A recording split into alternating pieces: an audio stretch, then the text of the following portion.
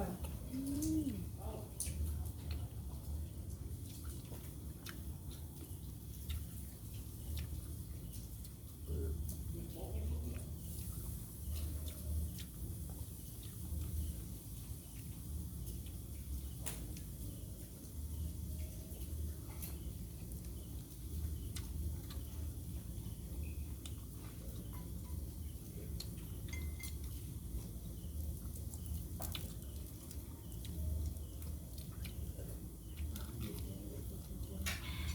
มันเนี่ย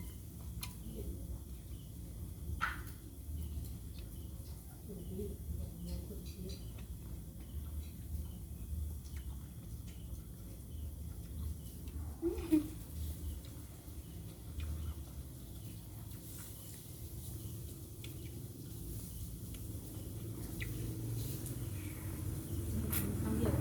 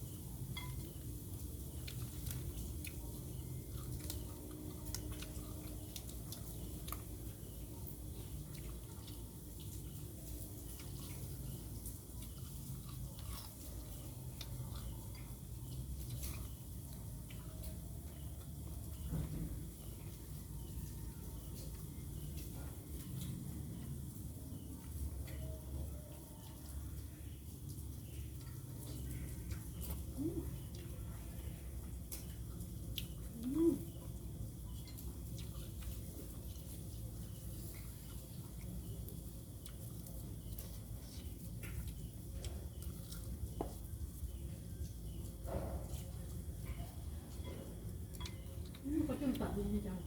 เลยแบบ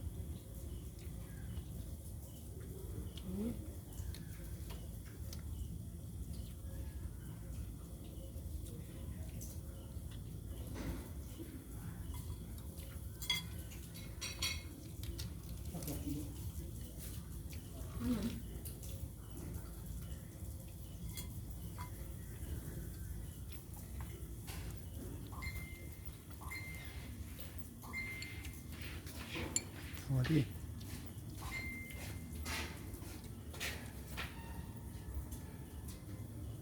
ปูแล้วก็ได้ปูเลย ที่ผ่านนี่คือจะ ปูนะมากกว่าปู มากที่ว่า เพราะยักษ์เนี่ยยักษ์อัน บกเกะล้างมันก้อนแล้วก็เต้น้ ไม่หรอ ำปูนี่มีไม่ยากเลย ไม่หรอ เจ้าปูไปเห็นมันก็เป็นแกะเต้น้ำปลาน้ำ วันนี้วันดีปูเลยโอ้ไป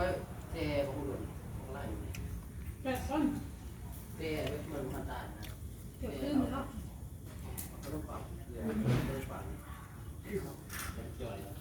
โอ้โหมันจี้กันเก่าก็เอาถึงแม่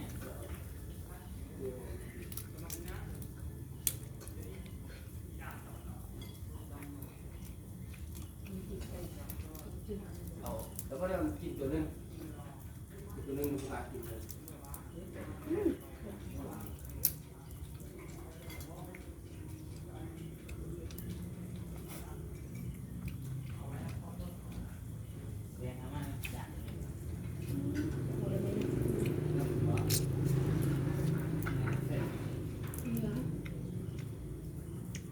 จับนี่นอนนี่นอนนี่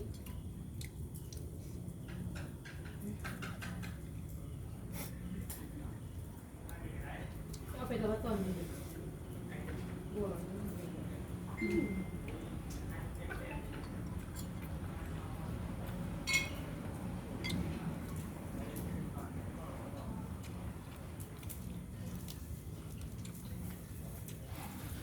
ว่าให้ตักหัวอันนั้น